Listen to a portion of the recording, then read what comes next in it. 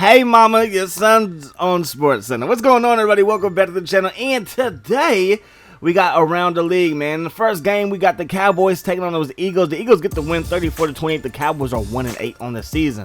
The Steelers fall to the Browns. The Browns are 5-4, one of the best teams in the AFC as they beat the Steelers. The Saints 20, the Chiefs 13. The Saints move on to 2-7. The Chiefs fall to 5-4. Looking at the injury report, this is a big one for the Philadelphia Eagles. Of course, you got T.O., you got Donovan McNabb. It's supposed to be a Super Bowl season. But if you remember, they also just traded for Edgerrin James, so maybe this doesn't hurt as bad. But Westbrook's going to be out for the season with a stress fracture in his foot. But he could come back for the playoffs. Then when we look at Will Shields for the Kansas City Chiefs, he's going to be out for 6 weeks with a hamstring. The Jets, they fall to 3-6 as they lose 27-10 to those Baltimore Ravens, who are 4-5. The Cardinals get shut out. They're 2-7 as the Giants beat them 27-0. The Giants are 6-3. Let's head to the nation's capital as you got John Kidner. Not Carson Palmer, but John Kidner gonna find Chad Johnson, a.k.a. Ocho Cinco, touchdown Bengals. And the Bengals win it 20-17. They're also 5-4 in the AFC North. The Lions beat the Jaguars 34-27. The Lions are 6-3. The Jags are 3-6. The Rams, they beat the Seahawks 28-24, and the Seahawks are 3-6. The Falcons, they fall to the Buccaneers, and the Buccaneers are 6-3, and the Falcons are 4-5. And then you got the Patriots losing to us. You see it, baby. Reggie Wayne, 5 catches, 80 yards plus a touchy. Bears, 24. Titans 31. They get the win. The Titans are 7-2. Going to the Bay, baby, as you got Jake the homie dropping back the pass. Got Steve Smith wide open. Touchdown Panthers, and the Panthers will get the dub 30-27. The Niners are 4-5. The Panthers are 5-4. The Packers moved to 6-3 as they beat the Minnesota Vikings. And then the last game of the recap, you got the Colts beating the Texans. Alright, you guys, so our next game is going to be versus St. Louis. As you can see, we have put together a nice little win streak versus the Arizona Cardinals, New York Jets, and then the New England Patriots. We did mess with the slider set, so I'm going to show you guys what we're working with right here in a second. We're going to go down to difficulty. So this is the custom slider. Now, I bumped up the receiver catching all the way for us because, as you guys saw, they're just dropping way too many passes. For the computer, I bumped up computer passing, and I bumped up their catching all the way as well. And y'all saw what happened with Brady. He struggled. Chad Pennington struggled as well. I guess you could say that's kind of expected. You know what I mean? The Jets were on the road. He did struggle versus us at home. But the fact that the Patriots, their passing game struggled, that was a little shocking to me. You know what I mean? So I don't know, I just don't know. I just don't know. Yeah, but that's the slider set right there. Again, the only thing that I really bumped up was that. Everything is bumped up from Legend. As you can see, Legend, everything is down there. But as you can see, when it comes to human coverage, I even bumped that down a little bit. And we're still getting picks. So I might bump it down some more. I might bump down our defense some more to help the CPU out, because I love having close games. I love being challenged. I love being, kind of pushed to the limit, so to speak. So I might bump these down and see how it works out. Actually, I think I am going to bump it down.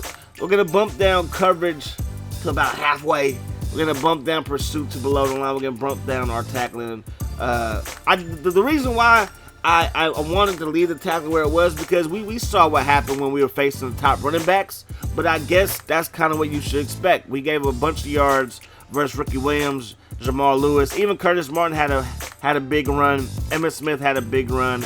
You know what I mean? And even though I do think that the defense is our strength, I don't want it to be just so overpowering that guys like Tom Brady have like a QB rating of 12.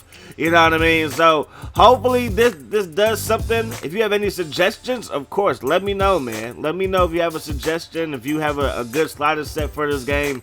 Because I do think that this game is awesome. I just feel like the slider set needed some work. You know what I mean? And we left the defense for the computer all the same, fatigue all the same, everything is all the same. The only thing that I bumped up again was passing and catching. And yeah. And I did turn down the computers blocking. But you know, I'm probably going to bump that up a little bit more. And then actually leave the pursuit where it was for us. Leave the pursuit and tackling right there at that line. But coverage I bumped down even more. So hopefully, man, that can give us some closer games. Because it seems like we're either getting blown out or we're blowing somebody else out. The 2 Jets games were pretty close. But besides that, it's been a blowout every other game. So this is the rookie report, man. These are some of the quarterbacks that are coming out. There's not too much that you could actually see outside the 40 time and what school that they went to. I like JP Losman, though. JP is playing pretty good so far, man. So we might roll with him.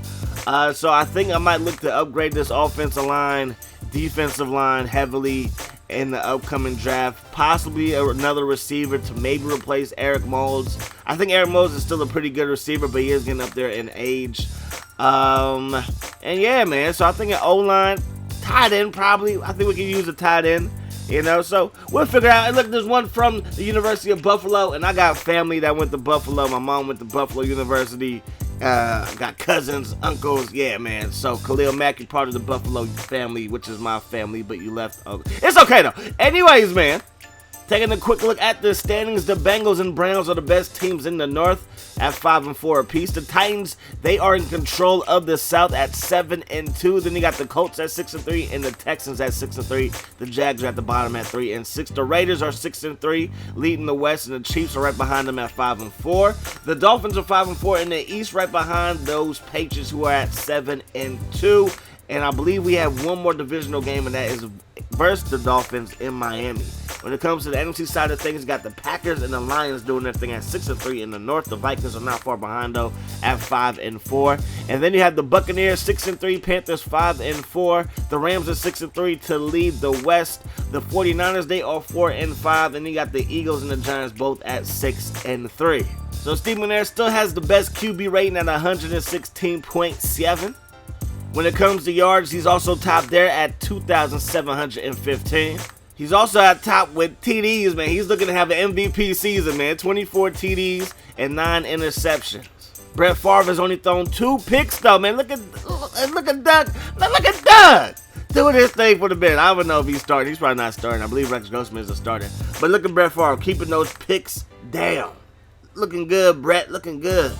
And Kevin Barlow, man, he was a thorn in my side in the Cardinals franchise, man. I wish it was actually that good in real life. He probably would have won some more games, man. But look at that, 915 yards so far this season. Willis McGahee, he has 734, averaging 4.3 yards per carry. Not bad at all. And Kevin Barlow and Priest Holmes have 9 touchdowns apiece. My goodness. Marvin Harrison has 54 receptions for 857 yards. And then Derek Mason is next with 48 receptions. The most TDs go to Marvin Harrison as well. Then you got 3 guys with 7. You got Holt, you got Smith, and Holcomb, man, doing his thing out of the backfield. McKinnon, he has the most tackles at 68, man. And you will never, ever, unless the Ravens change up their defensive scheme, but you will never, ever see Ray Lewis in the top. And it's a simple reason why. They only have him in 1 or 2 formations on the defense for the Ravens. I don't know if that's because he was on the Madden 05 cover or what it is. But they have his backup linebacker is actually in the majority of the formations when there's like 2 linebackers, 1 linebacker. He's in there. Unless it's like a 3-4 look or a 4-3 look, Ray Lewis isn't in there. Usually it's just a 3-4 look now that I think about it. So I don't know why that is, but it's just that way. It's the strangest thing, man. It's the strangest thing. So unless you control the Ravens, there's really nothing that you can really do about it.